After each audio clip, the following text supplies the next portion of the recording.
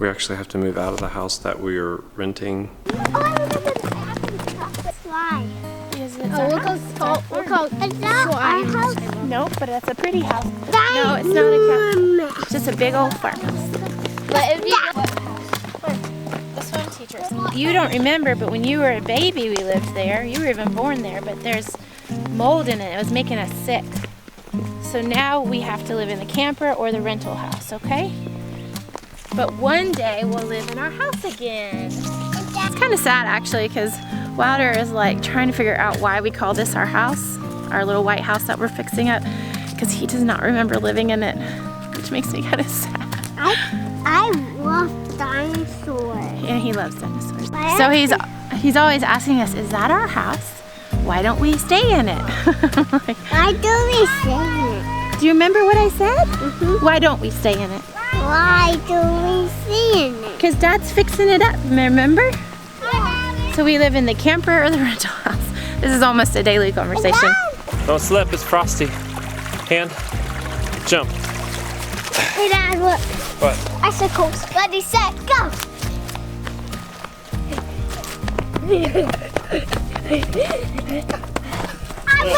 Nice job. Thank you. I think Sissy got a bucket. Go take that one back to Daddy, okay? Why? Sissy has a bucket. Where's their water bin? Ooh, look at that olive. That's an olive egg. It's so pretty. Today I'm going to tell you why we had to move out of the rental house and we're back in the camper, and also just update you on our very full and enjoyable week. We've been down at the camper for 5 days, I think, staying down here at night, cooking down here, everything out of the rental house. We have an especially busy holiday season because we have so many birthdays. So the week started basically by moving down here, and it took almost 3 days to get the rental house looking like no one lived there. We actually have to move out of the house that we are renting. The kids and I are going down to our homestead to do chores. Bree's working on packing up here. She also worked on packing for much of the day yesterday. Dad, There it is, right up there. Oh, with pizza on it. How did that happen? I put it aside for you. I forgot about it.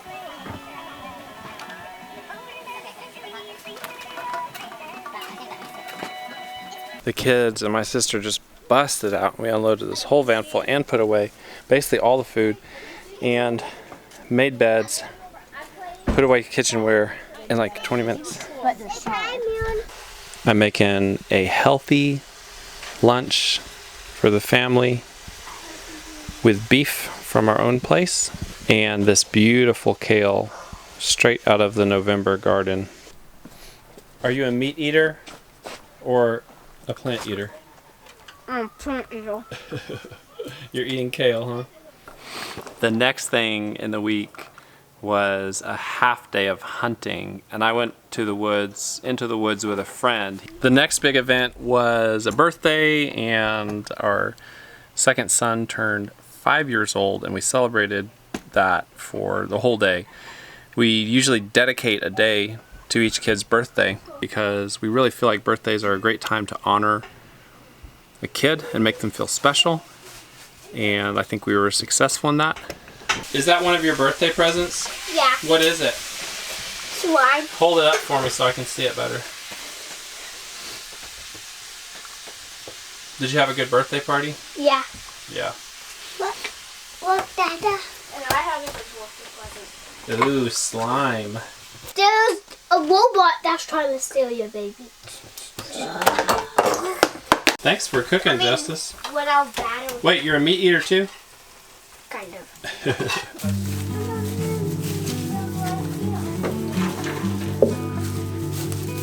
Please leave my eggs there.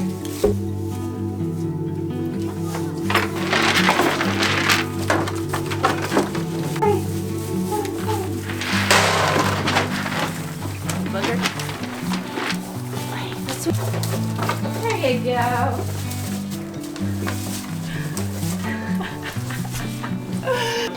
Why is she lying on her? Why is she riding on her? Yeah. Mama, why are you riding on her? I'm just checking her eyelids to make sure that you can check goats' eyelids for what's called a FOMACHA score.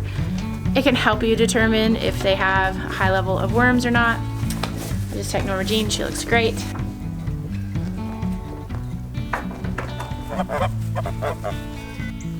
The next event was Thanksgiving, which was a pleasure, and we got together with part of both Bree and my family. It was a smaller gathering than we often have for a couple reasons, but we had a really nice time with everyone who did gather and ate some turkey. I ate as much food as I've eaten for a year and felt great. A note on COVID, our viewers fall all across the spectrum, and some of you might live in a rural area and have a big family and your life doesn't feel that much different, and I'm sure some of you are completely isolated and have been isolated for not quite a year, but 3/4 of a year. Take care of yourself. I hope you're well where you are. I know it's really hard if you are alone or if you don't have a family around you. I'm definitely thinking of you as a group of people and hope that you're doing well. I think if I had to say one thing I was thankful for this year, it would be my family. There's a lot of love in this family, a lot of baby kisses, a lot of sweetness, and that's really what I'm thankful for this year, especially as I think of folks who have been so isolated, and I'm just so thankful for the situation that we're in and that I'm in personally. I'm cooking a big simple dish.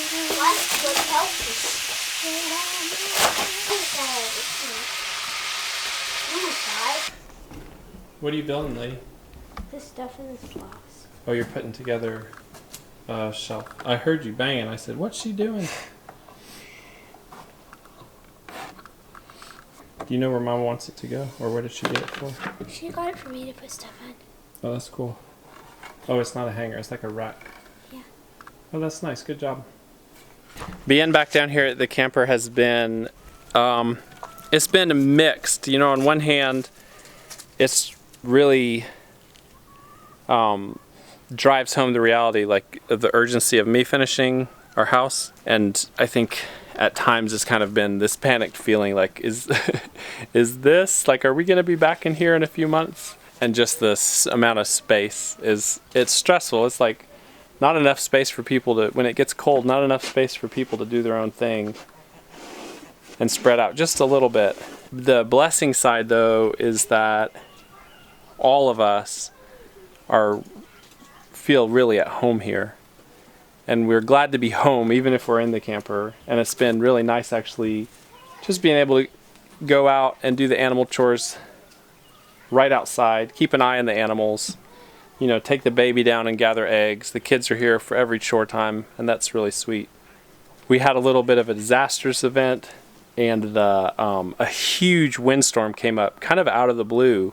It was pretty calm, and then it just started gusting, and it took the awning completely off of the camper.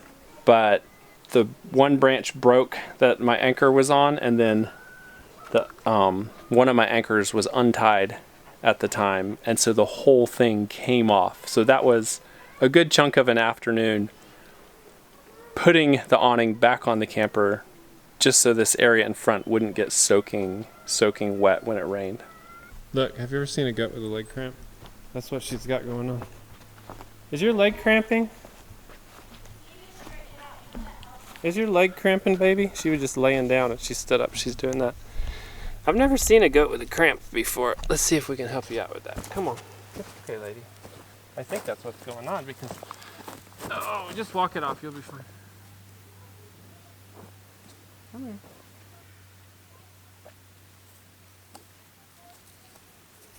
There we go.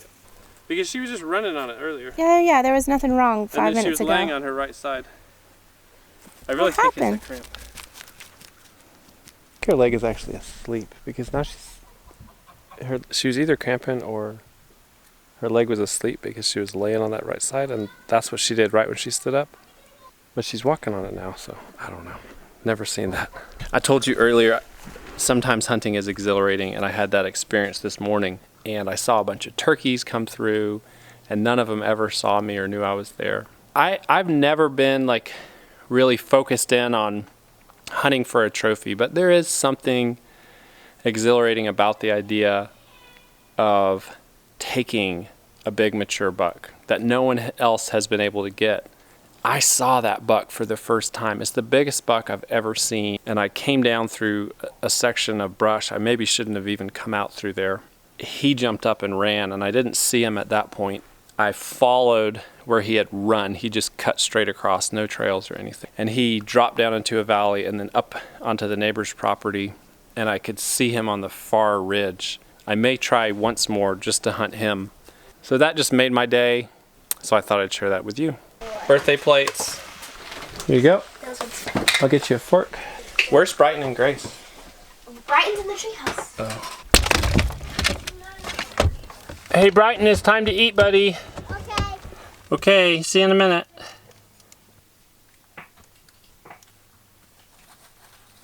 I love you. You said I love you guys? Yeah. You are so sweet. I love you too. Such a sweet man to have around. Love you. What's love you? What is love you? Yeah. It means I like who you are and I'm glad you're here. Yeah. See what I mean about being surrounded by love? He represents for us, I feel like, our family's love for each other because he's so verbal and so sweet to everyone. He just, out of the blue, will say, I love you, I love you. And then he asks, what does it mean? What does I love you mean? But he knows. He knows just by feel. Hey, Miss Grace, it's time to eat. Grace is playing in the creek. It's one of the things I love about being out here is the kids just go play. They can play in the creek. During hunting season, they don't go to the woods, but during the rest of the year, they freely roam. I mean, we always know where they are, and the little ones don't go out alone.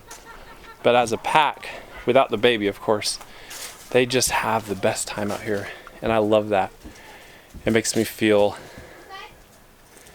like living out here is the right thing, even though there's been challenges along the way.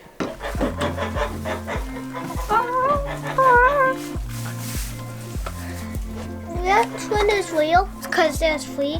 Those all are real eggs. This one's cool. Pretty cool. They were all laid this morning.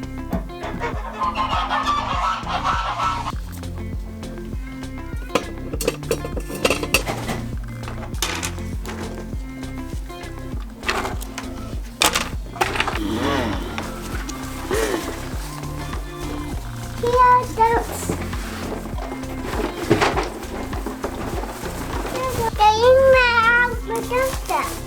Yeah, they're eating out of your dump truck.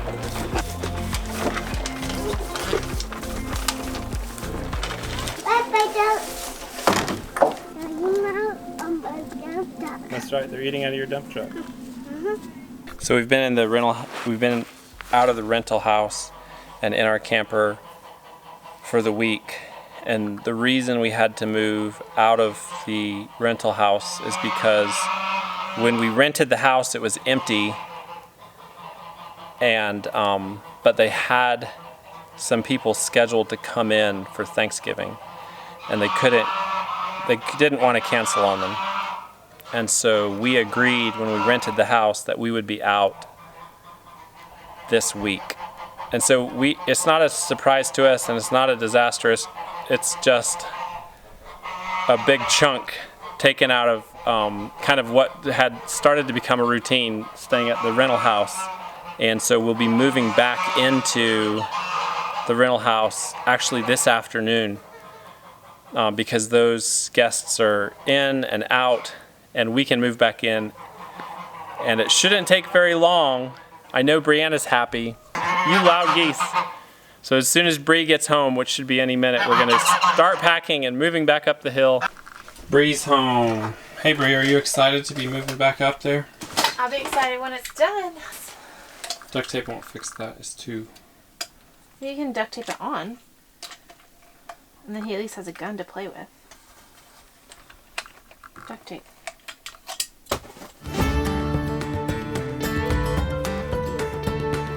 There's only one. Nice. How many eggs? 7. 7 eggs, yay. What did you just say? I said I'm pretty sure Norma Jean is in heat. I was gonna actually say the exact same thing. I'll tell you, because when I was coming down from hunting, she was bleeding and she was bleating and looking anxiously through the fence, like looking for a friend. And she stood right there for 30 minutes and gazed towards the house and was just bleeding and bleeding. And I was like, is something wrong with her? And I checked on her to make sure she wasn't tangled in the fence. Well, and I mean, she's standing there, she's talking, she's got her tail up, she's flagging. Flag, flag, flag. Flag, flag, flag. She's just waving that tail. She's ready to go. Ready to go. If the pigs weren't so loud, you could hear her calling for a romantic partner. There's not one. You were supposed to already be pregnant. Did we see him breed her? Yes, multiple times. But they breed over and over and over that day that they're in standing heat. And I saw her bred over and over and over. I'm very surprised. But she's acting like a goat in heat. I wish there was something we could do about it now. But there hardly is. I mean, unless we were to go get a buck and bring him. We just have to go get a buck. At this moment. Yeah, otherwise she'll be bred in December. She is just not stopping. No. She won't stop talking. You should show them. That's very unfortunate. Can't forget the Thanksgiving leftovers.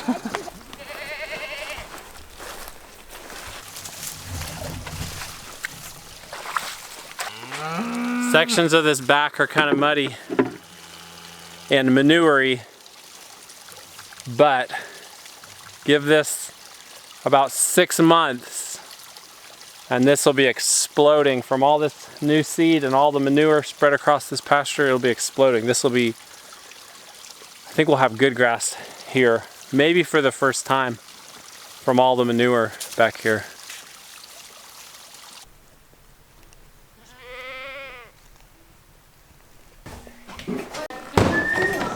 What I need is get all my homeschool stuff out of that closet and just stack the bins right here. And we'll get it worked out another day. But just getting everything kind of where it goes, and then I can go room by room tomorrow. Here comes G all out of breath. This is the fun. H is tangled up with I. J and K are about to cry. L is knotted like a tie. M is looped and is stooped. Tap with a coconut tree. Chicka chicka boom boom. Thanks for joining us for this slow paced, relaxed update on our week. We'll see you soon.